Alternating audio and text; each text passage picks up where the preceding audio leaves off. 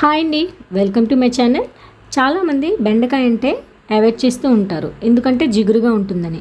కానీ ఆ జిగురులోనే ఎన్నో ఆరోగ్య ప్రయోజనాలు ఉన్నాయండి.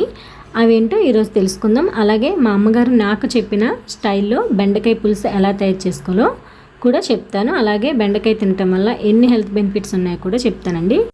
వీడియోలోకి వెళ్ళే ముందు నా ఛానల్ని ఇంకెవరైనా సబ్స్క్రైబ్ చేసుకోకపోతే సబ్స్క్రైబ్ చేసుకోండి.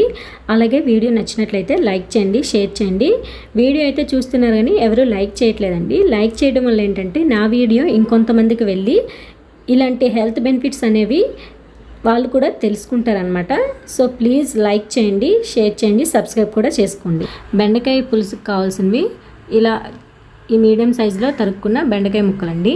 తర్వాత చిన్న 2 ఉల్లిపాయలు, ఒక టమాటాను తీసుకున్నాను. పెద్ద ఉల్లిపాయ అయితే మీరు ఒకటి తీసుకోవచ్చు.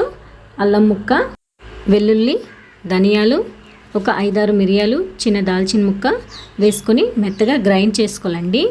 గ్రైండ్ చేసుకున్న తర్వాత స్టవ్ ఆన్ చేసి కడాయి పెట్టుకొని 2 స్పూన్స్ ఆయిల్ వేసుకున్నాక ఆయిల్ హీట్ అయినాక అందులో కొద్దిగా ఆవాలు, జీలకర్ర, కొద్దిగా మెంతులు వేసుకుని అవి వేగిన తర్వాత కరివేపాకు, ఒక 3-4 పచ్చిమిర్చి వేసుకోవాలండి.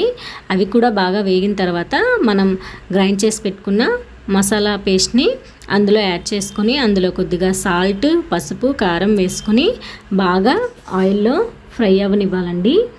ఆ మసాలా ముద్దలో ఉన్నంత వాటర్ అంతా కూడా బాగా ఇంకిపోవాలన్నమాట.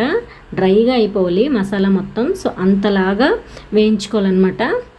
ఈ బెండకాయ అనేది షుగర్ పేషెంట్స్కి, నెక్స్ట్ పెయిన్స్తో బాధపడుతూ ఉంటారు కదండి.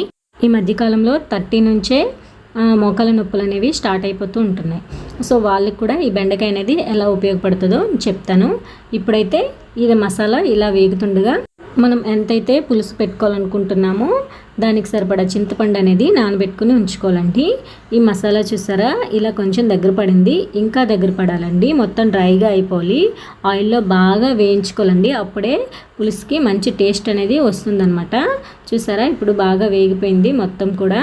ఇలా మసాలా అనేది బాగా వేగిన తర్వాత మనం కట్ చేసి పెట్టుకున్న బెండకాయ ముక్కలన్నింటినీ కూడా ఇందులో వేసుకొని కొంత టైం కలుపుకొని మసాలా అంతటి కూడా ఆ బెండకాయ ముక్కలకి పట్టేంత వరకు బాగా కలుపుకున్నాక కొద్దిసేపు అలా ఉంచాలండి. ఉంచిన తర్వాత ఇందులో మనం చింతపండు నానబెట్టుకున్నాం కదా, ఆ చింతపండు పులుసు అంతటిని కూడా ఇందులో వేసుకోవాలన్నమాట. చూసారా బెండకాయ ముక్కలు అనేవి కొంచెం వేగాయి ఆ మసాలాలో. అలా వేగితే టేస్ట్ అనేది బాగుంటుందండి. ఇప్పుడు మనం కలిపి పెట్టుకున్న చింతపండుని రసాన్ని అంతటిని కూడా ఇందులో వేసుకోవాలండి. చింతపండు రసం 2-3 సార్లు వాటర్ పోసుకుంటూ ఆ రసం అంతా కూడా వచ్చేలా ఇందులో వేసుకొని తర్వాత కొద్దిగా ఇందులో కరివేపాకు వేసుకొని మూత పెట్టుకొని ఒక 15 మినిట్స్ పాటు బాగా మరగనివ్వాలండి.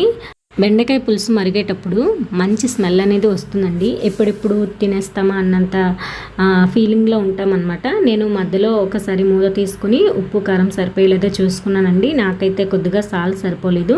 నేనైతే యాడ్ చేసుకొని మళ్ళీ మూత పెట్టేసుకున్నానండి. ఒక 5 మినిట్స్ మూత పెట్టుకొని బాగా మరిగించాక ఇంకా ఆఫ్ చేసేసుకున్నానండి.